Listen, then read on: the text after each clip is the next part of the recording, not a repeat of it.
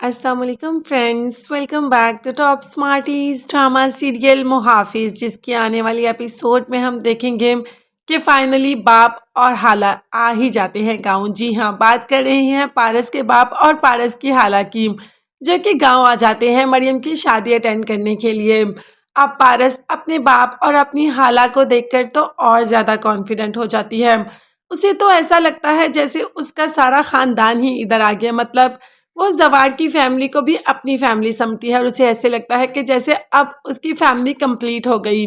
behzad के और एजाज के जो भी गिले शिकवे हैं सारे एक दूसरे के गले लगने से ख़त्म हो जाते हैं। आज तो behzad जवार से कहता है कि मुझे चचा कहकर बुलाओ और आज एक भतीजे की तरह मुझसे गले लगो, तो बस जवार भी चचा कहकर एक भतीजे की तरह गले लग जाता है। यूं दोनों फैमिली एक दूसरे के साथ बहुत ही खुश हैं। मगर हाँ, रेशम को ये सब देखकर थोड़ा मसला ज़रूर हो रहा है कि वो अपने बाप को भी ले आई। दूसरी तरफ हम देखें कि एक छोटी सी बात पर भी जवार की जान निकल जाती है जब पारस को कुछ होता है। अब ये सब नोट कर रहा है behzad भी, और जवार को सामने देखकर पारस के चेहरे की रौनक ही और हो जाती है, जो कि सबने फील भी की। हाला ने तो पारस से पूछ लिया कि तुम्हें जवार अच्छा लगता है ना, तुम उसे पसंद करती हो। जबकि पारस ने कहा कि हाँ माओ हाला, मैं उसे बहुत पसंद करती हूँ, मुझे वो बहुत अच्छा लगता है। एज अ लाइफ पार्टनर मैं उसे ही अपने साथ देखती हूँ। तो माओ हाला भी खुश हो जाती है क्योंकि behzad भी ये चाहता है कि पारस की और जवार की शादी हो जाए। जबकि पारस थोड़ी देर बाद दुखी भी हो जाती है और कहती है कि मगर क्या फ़ायदा, वो तो मुझे उस नज़र से देखता ही नहीं, वो तो मुझसे मोहब्बत करता ही नहीं। जबकि माओ हाला ने कहा कि कोई बात नहीं, मोहब्बत भी हो जाएगी, वो भी तुमसे मोहब्बत तो करता है मगर शायद अपनी बात का एतराफ़ या इजहार नहीं कर पाता।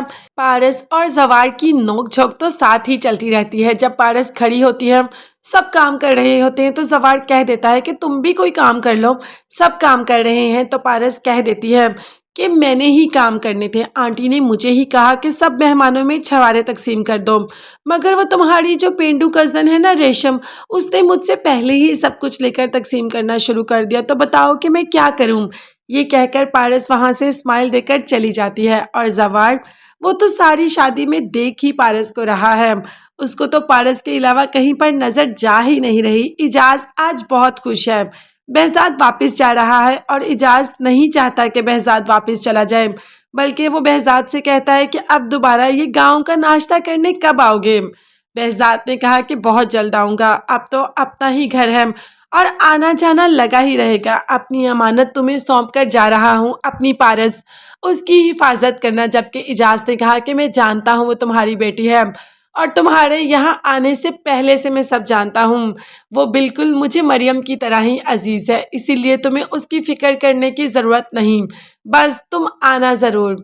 और हाँ, जवार की शादी पर तो आओगे ना।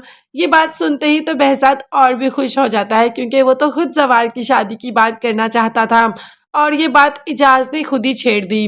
तो कहा कि हाँ हाँ, जवार की शादी मेरे बगैर हो कैसे सकती है, मैं तो ज़रूर आऊँगा। अब यहाँ पर behzad का मकसद तो पारस और जवार की शादी है, मगर इजाज किसी और ढंग से ही सोच रहा है। क्या behzad इसी वक्त कह देगा कि वो जवार के लिए पारस का हाथ मांगता है या पारस को जवार की दुल्हन बनाना चाहता है, कुछ भी, मगर अभी वो ऐसा कुछ भी नहीं कहेगा। अब देखते हैं कि behzad अपने दिल की बात जुबान पर कब लाएगा, कहीं तब ज़्यादा देर तो नहीं हो जाएगी। और क्या इजाज अपने दोस्त को मना कर देगा, क्योंकि उसने तो रेशम को पहले ही मांग लिया। कहानी तो यहाँ आकर बहुत ही प्रॉब्लमेटिक होती जा रही है। मगर हाँ, नई अपडेट के लिए चैनल को आप लाजमी सब्सक्राइब कर लें, बेल आइकन भी प्रेस करें ताकि हर वीडियो आप तक बआसानी पहुँच सके। अपना बहुत ज़्यादा ख्याल रखिएगा और अपनी कीमती दुआ में मुझे मेरी फैमिली को भी याद रखिएगा। नेक्स्ट वीडियोस तक के लिए अल्लाह हाफिज़, बाय बाय।